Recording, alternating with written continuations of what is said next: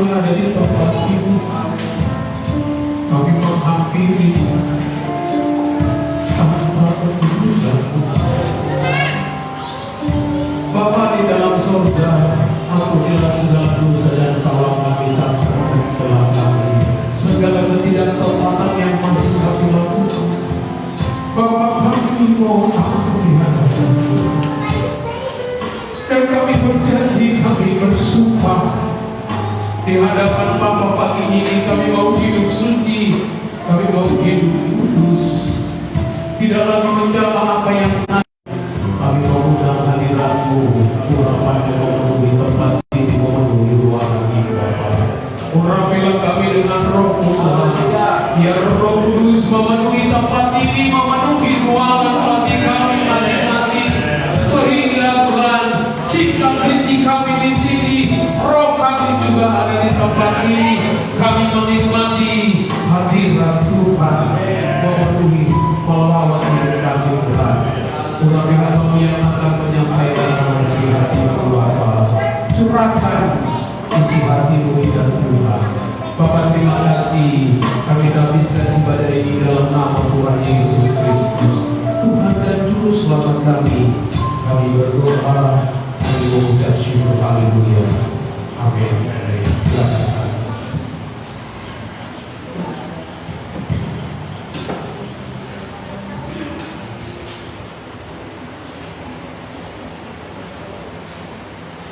Halo Bapak Ibu, Tuhan Yesus, bagaimana kabar? Itu yang bisa dilewati. Selamat datang Bapak Pendeta Saudara, sama dengan Ibu. Selamat datang, selamat bersama dengan kami sekarang. Haleluya. Tetap di dalam hadirat Tuhan. Bapa, tenggelamkan kami di dalam hadirat-Mu. Kami rindu setiap saat, kami rindu setiap waktu, haruskan di dalam Tuhan. Haleluya.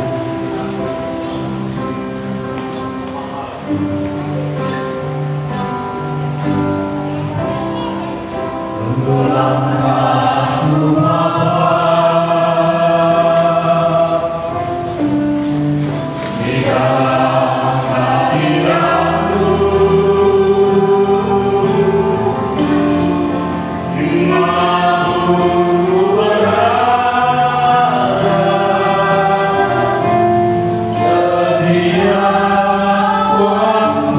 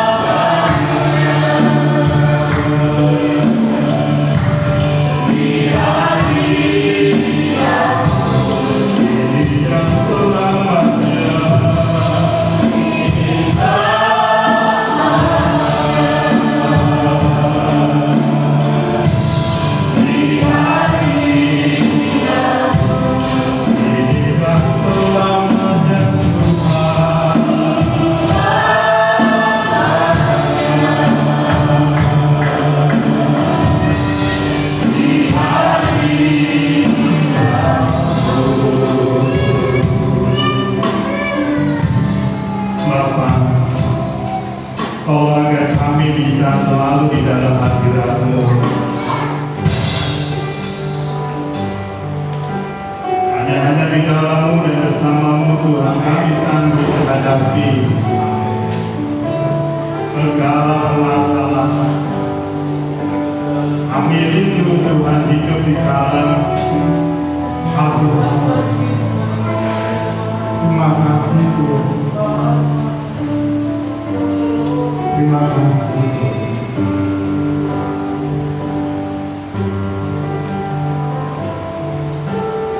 Amin. Haleluya. Terima kasih Tuhan. Haleluya. Haleluya. Oh, aku bisa tak lagi mencintai dunia.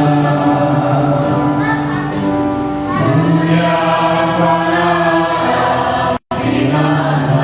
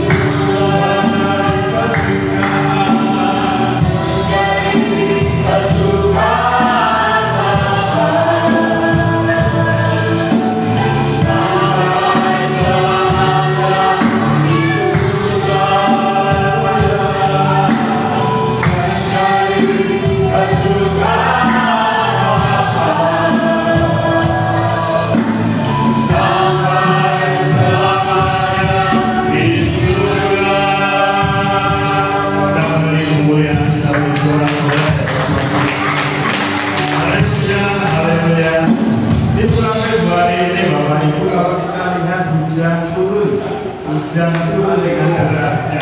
Biarlah tidak hanya hujan saja yang turun, tapi damai sejahtera Tuhan Yesus Kristus terus turun. Tidak ada musim, terus ada dalam hati kita. Saya coba Bapak Ibu untuk bangkit berdiri. Hiduplah hari hidupku, kau ajar melukis hatimu ya Tuhan. Haleluya. Haleluya.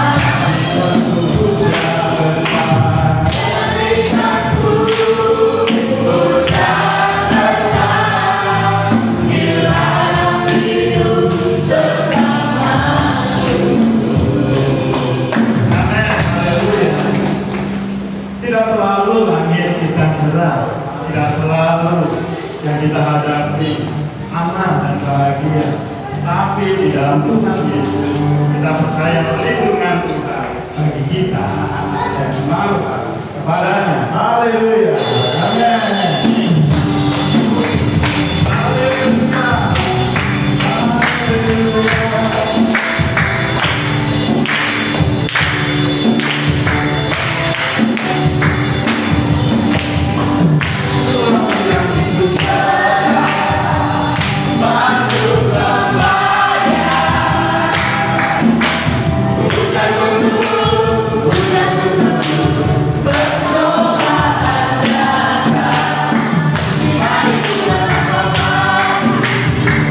Janji Tuhan.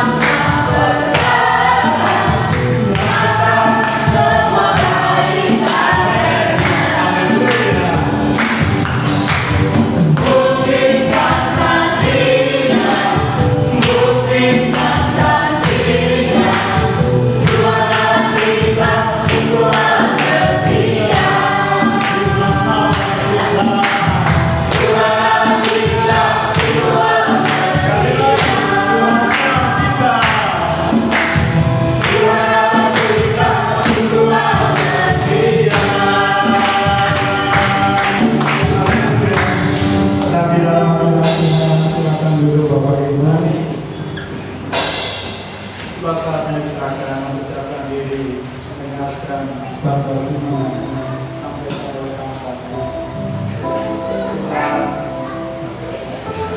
Di hadapan tahta kekudusan kami membuka hati, kami membuka doa, semua telanjang di mata. Haleluya.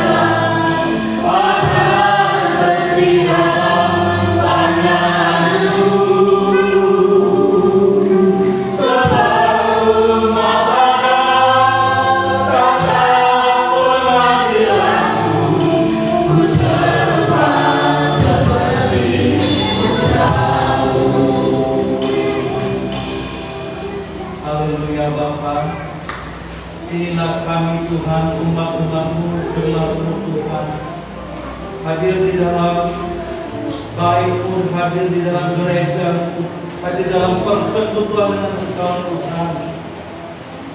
Sebelum kami menghampiri tahta-Mu yang Maha Kudus, ampuni setiap salah dosa kami Tuhan, segala ketidaktepatan kami, ketidaktaatan kami Tuhan, kami mohon ampun kepada-Mu Tuhan. Engkau layakkan kami, Engkau sucikan kami, Engkau kuduskan kami Tuhan, sehingga hari-hari kami semakin benar di mata-Mu, sehingga hari-hari kami indah di pandangan-Mu Tuhan. Terima kasih Bapa buat kesempatan yang indah, Engkau masih memberikan kesempatan bagi kami untuk memperbaiki hidup kami, untuk memperbaiki karakter kami, ya Bapa. Makanya kami hadir Tuhan di tempat-Mu, di gereja-Mu, di tempat ini. Terima kasih Bapa, terima kasih Tuhan. Kami mau sediakan hati dan pikiran kami untuk mendengar sebagian dari kebenaran firman-Mu. Layakkan kami Tuhan, urapi kami semua Tuhan, terutama hamba-Mu yang terbatas ini, pakai suaranya menjadi suara-Mu sendiri, menyampaikan kebenaran firman-Mu Tuhan, sehingga menjadi rema bagi kami, untuk pertolongan bagi kami, dalam kami menapaki langkah-langkah hidup kami, untuk kami berjalan Tuhan di dalam kehidupan kami tidak menyimpang, bahkan kami tegak berdiri di atas kebenaran firman-Mu. Terima kasih Bapa. Kami sediakan hati kami, pikiran kami untuk mendengarkan firman-Mu. Terima kasih Bapa. Kami sambut kebenaran firman-Mu dalam nama Tuhan Yesus Kristus. Haleluya. Amin. Amin. Silakan duduk Bapak Ibu saudara kasih dalam Tuhan. Haleluya. Haleluya. Shalom. Puji Tuhan, saya senang berada di tempat ini kembali bersama jemaat GSKI Serang City dan juga Bapak Gembala yang sudah memberikan mimbar ini untuk pelayanan firman Tuhan pagi hari ini. Ini adalah minggu pertama di bulan kedua di tahun 2024. Tidak terasa ya Bapak Ibu, kita sudah melewati 1 bulan. Memang hari-hari kita ini berlalu dengan cepat. Kita bangun pagi, tiba-tiba aktivitas benar sudah siang, tengah hari, makan siang. Setelah makan siang, sudah sore, makan malam, lalu istirahat, lalu begitu saja. Rutinitas kita seperti itu. Betul? Rutinitas kita seperti itu. Bangun, aktivitas, istirahat, bangun lagi, begitu bergulir setiap hari, sepanjang minggu, sepanjang tahun. Nah, sekarang bagaimana kita yang sudah mengerti kebenaran harus hidup di dalam kebenaran, hidup di dalam terang Kristus. Kalau tidak Bapak Ibu, waktu akan berlalu begitu cepat. Waktu berlalu begitu cepat, tetapi bagaimana hidup kita ini? Ya persoalan tetap ada ya Bapak Ibu. Ya namanya hidup pasti ada persoalan. Tidak ada yang tidak ada persoalan. Ada satu orang yang tidak ada persoalan. Ada satu orang yang tidak ada persoalan. Orang jenis apa ya? Ada satu jenis orang atau tipe orang yang tidak ada persoalan. Nah, betul. Orang gila. Ya, coba lihat. Selesai dunia ini dia kenapa? Dia kemana pun suka-suka dia, ya? Tidak berpakaian kita yang tidak lengkap, bukan tidak masalah ini. Karena tidak ada persoalan. Nah, tetapi bagi kita yang hidup, pasti kita mengalami persoalan. Sekarang masalahnya kadarnya saja. Biasanya orang yang lebih kapasitasnya itu lebih bobot itu pasti persoalannya lebih berat, betul nggak? Sama saja misalnya kalau kita bekerja, bekerja kalau kita levelnya staff, profesor, manager, GM, director, owner, wah itu beda persoalannya. Masing-masing ada persoalan tapi bobotnya yang berbeda, kadarnya yang berbeda. Nah sekarang posisi kita sudah berada di mana? Apakah kita dari dulu, dari dulu, dari 10 tahun yang lalu, 15 tahun yang lalu, 20 tahun yang lalu, posisinya sekarang nggak naik-naik. Lalu karyawan modal begini, gimana Bapak? Kasian juga ya. Atasannya, kalian juga kasian kepada atasannya ya. Kok nggak ada peningkatan? Nah begitu juga Bapak, kehidupan rohani kita juga begitu. Ya, kehidupan rohani kita juga begitu. Tuhan itu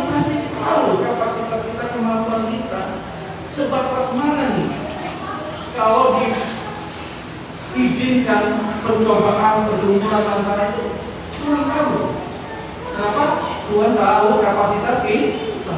Persoalan, pergumulan, percobaan kita tidak akan melewati atau melampaui kekuatan kita. Dia tahu level ini. Misalnya level A, bobotnya sekian. Level B sekian. Jadi sekarang kalau kita berat, itu tidak ada. Ya, sebenarnya tidak berat. Masalahnya adalah cara pandang kita saja. Cara pandang kita saja. Ya, cara pandang kita saja. Nah, sebenarnya dengan kita bertambahnya usia, seharusnya paralel manusia rohani kita, manusia fisik, manusia jasmani, harusnya paralel dengan manusia rohani, manusia batin. Tapi kadang tidak, Pak. Pasti kita tidak paralel.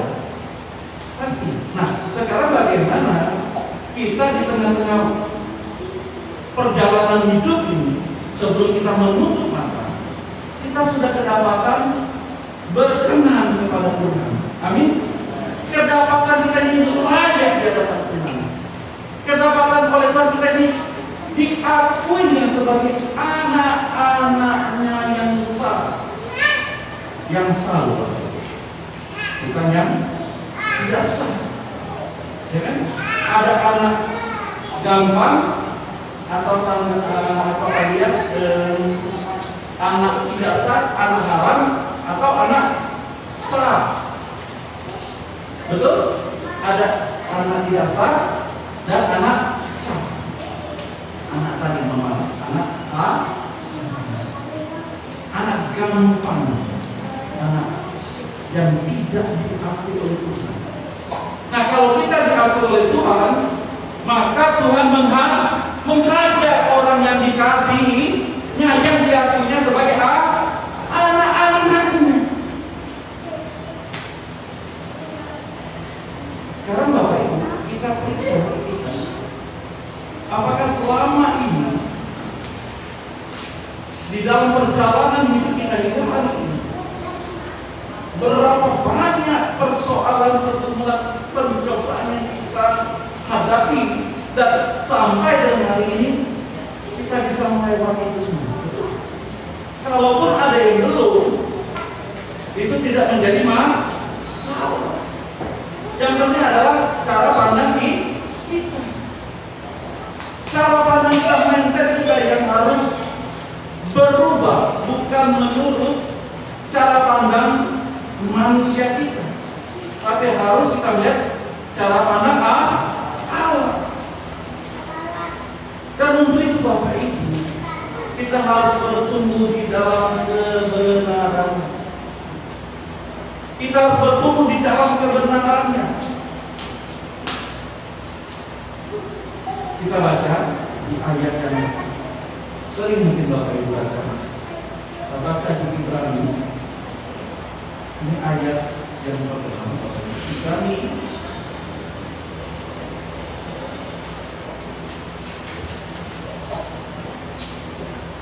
Ibrani 12 ayat yang ke-1 sampai yang ke-2. Dua saja, 1 dan 2. Ibrani 12 ayat yang ke-1 sampai yang ke-2 saya akan bacakan.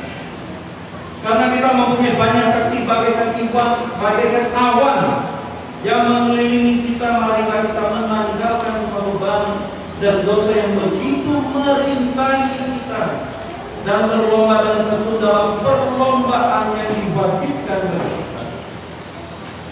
Marilah kita membagikan dengan mata yang tertuju kepada Yesus yang memimpin kita dalam iman dan yang membuat iman kita itu pada kesempurnaan, yang dengan mengabaikan kehinaan tekun memikul salib, ganti sukacita yang disediakan bagi kita yang sekarang duduk di sebelah kanan Allah.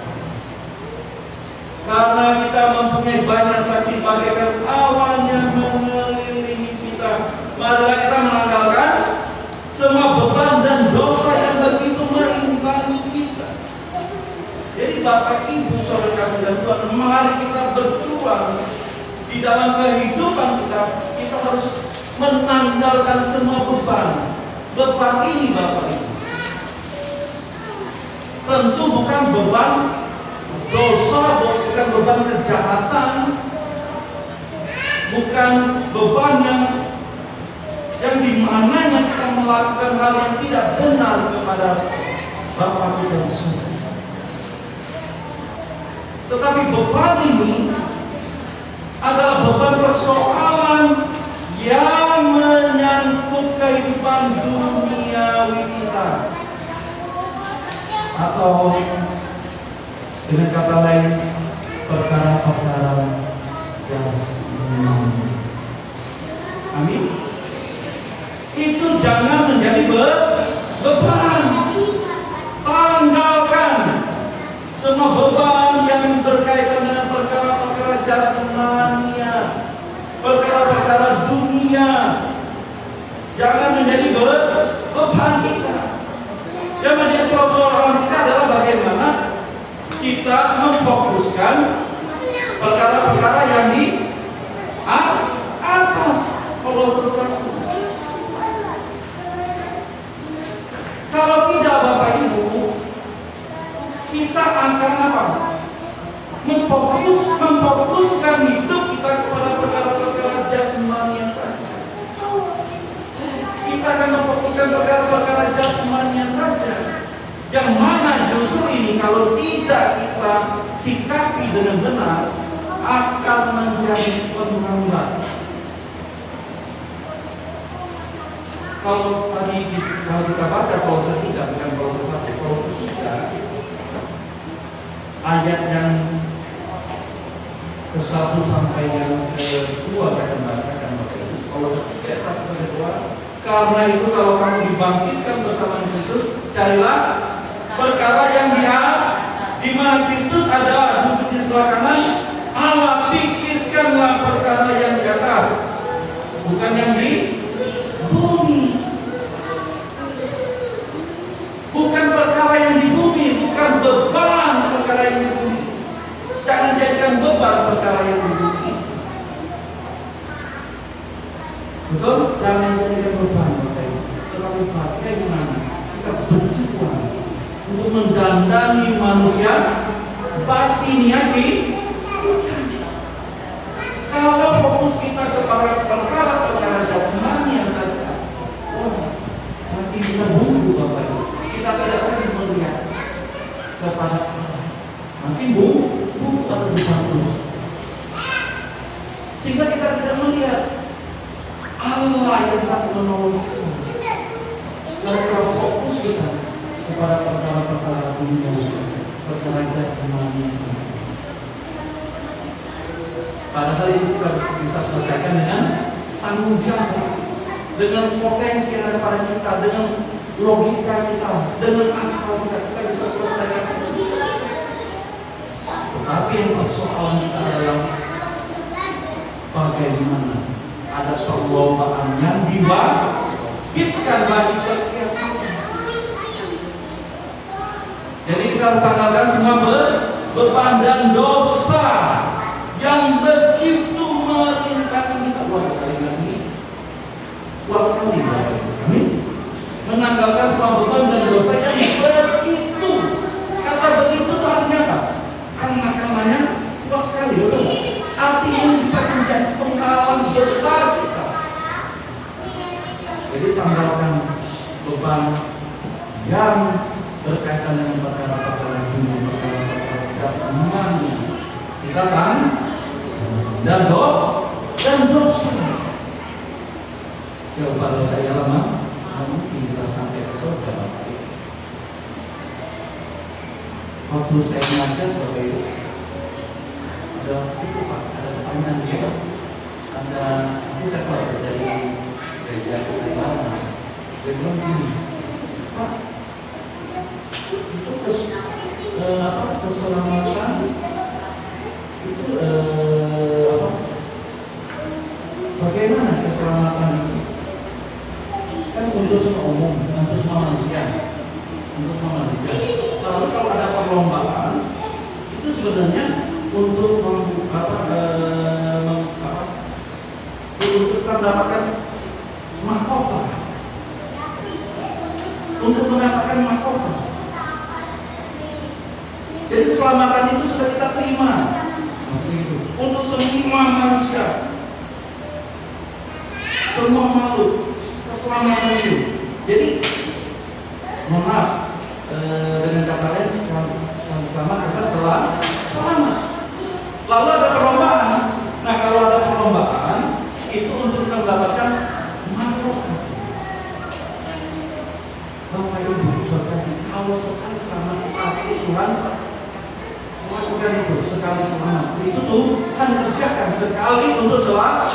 Tuhan lakukan itu bagi kita, bagi semua manusia.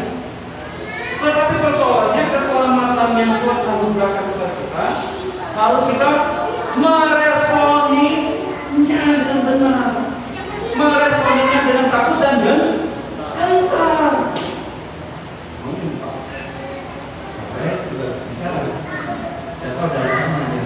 Saya bilang kalau masalah doktrin kita boleh berbeda, tidak masalah.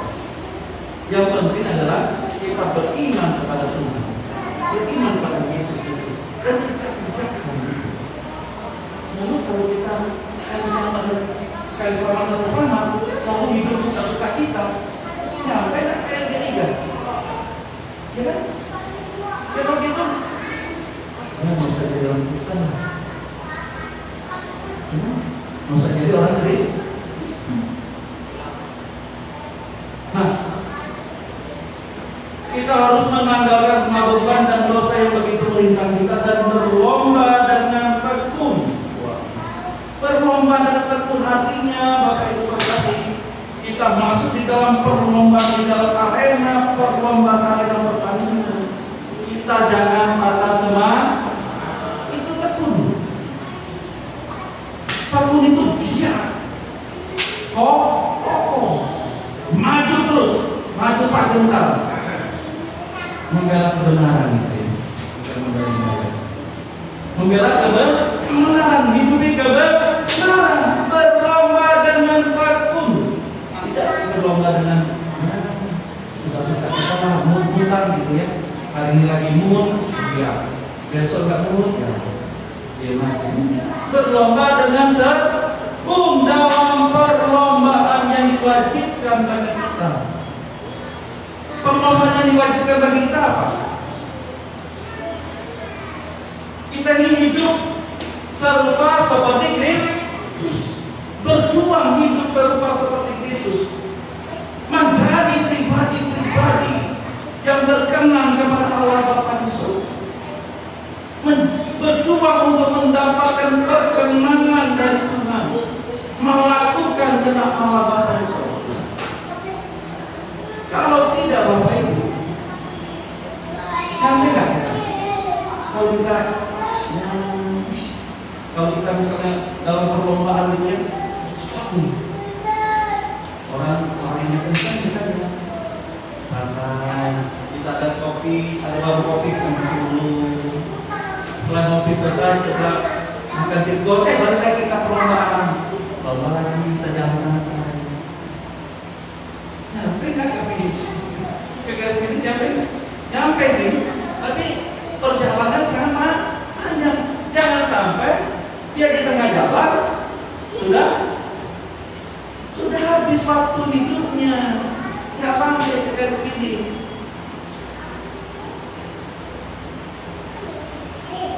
Amin Bapak Ibu, mari kita mau berjuang dan berlomba dengan tekun, kokoh, gigih, semangat iman. Kayak Pak Tony ya. Umur berapa Pak?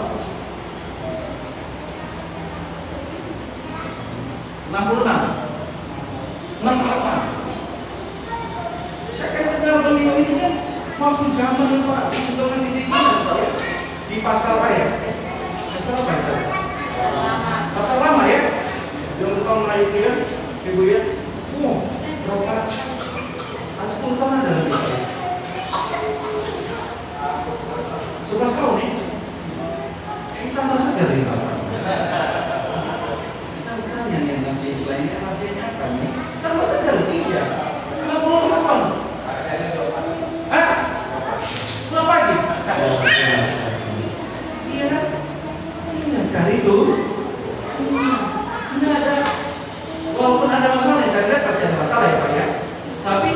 tidak menjadi masalah.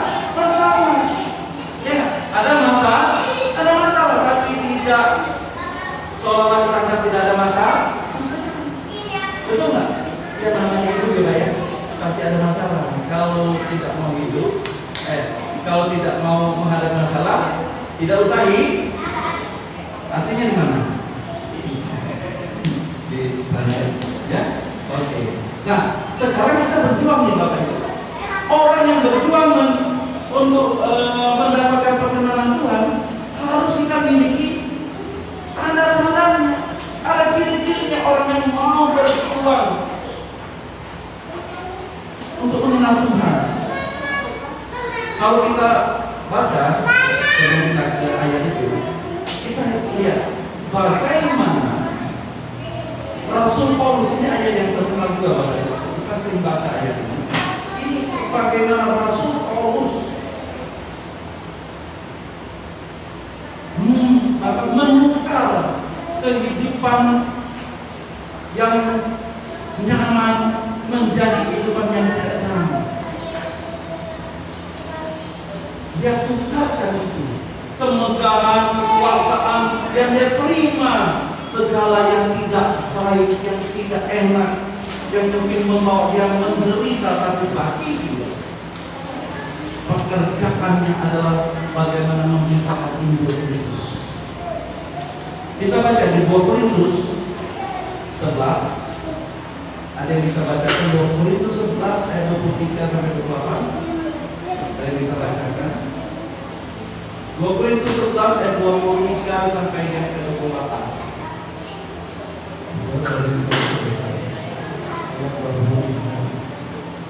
Sampai dengan ayat 28. Apakah mereka pelayan Kristus? Aku berkata seperti orang gila. Aku lebih lagi. Aku lebih banyak disering lelah, disering di dalam penjara, di luar batas, kerap kali dalam bahaya maut. 5 kali aku disiksa orang Yahudi, setiap kali 40 bulan 1 bulan. 3 kali aku dijera, 1 kali aku dilempari dengan batu, 3 kali aku mengalami karam kapal, sehari semalam aku berkatur-katur dalam laut. Dalam perjalananku, aku sering terancam bahaya banjir dan bahaya penyakit, bahaya dari pihak orang-orang Yahudi dan dari pihak orang-orang bukan Yahudi, bahaya di kota, bahaya di padang gurun, bahaya di tengah laut, bahaya dari pihak saudara-saudara palsu. Aku banyak berjeri lelah dan bekerja berat. Kerap kali aku tidak tidur, berlapar dan dahaga. Kerap kali aku berpuasa, kedinginan dan tanpa pakaian. Dan dengan tidak menyebut banyak hal lagi, urusanku sehari-hari, aku memelihara semua kecil-kecil. Terima kasih Pak Agung. Inilah pengalaman hidup Rasul Paulus saat memberitakan Injil Kristus. Kita tahu bagaimana kehidupan sebelumnya, kemegahan, nama besar, dihormati, memiliki kekuasaan. Tapi saat berjumpa dengan Tuhan dan mengikut Tuhan dan memberitakan Injil Tuhan, ini yang dialami. Tidak ada kesukaan, tidak ada kebahagiaan, tidak ada kesenangan. Susah hidupnya Rasul Paulus ini. Betul? Tetapi ayat yang ke-28 katakan apa? Dengan tidak menyebut banyak amalan lagi, artinya masih banyak penderitaan yang dialami oleh Rasul Paulus, tapi dia tidak susah sebut hal itu. Tetapi yang menjadi urusannya Rasul Paulus apa? Bisnisnya Rasul Paulus apa? Memelihara semua jemaat-jemaat. Wow, Bapak Ibu. Jadi Bapak Ibu ya, tugas seorang gembala itu berat, sangat berat. Kenapa? Karena urusannya apa? Memelihara semua jemaat-jemaat, memelihara perkara-perkara jasmani, bukan kedagingan, bukan urusan apa? Urusan perut Bapak Ibu, tetapi kerohanian mereka, iman mereka. Jadi paling berat Bapak Ibu. Maka Bapak Ibu, tolong apa ya, amin. Dukung terus, karena Bapak Ibu, tugas gembala itu sangat berat. Karena memelihara iman, memelihara jemaat supaya dewasa, bertumbuh, mengenal akan Tuhan, layak di hadapan Tuhan.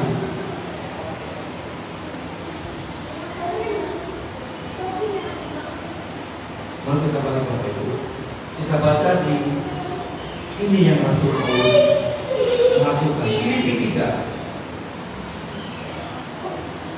ayat yang ke-8. Ini yang Rasul Paulus lakukan dalam hidup.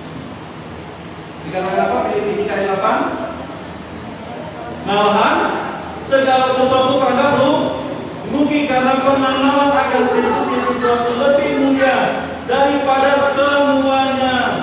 Oleh karena dialah aku telah melepaskan semuanya itu dan menganggapnya sampah, supaya aku memperoleh Kristus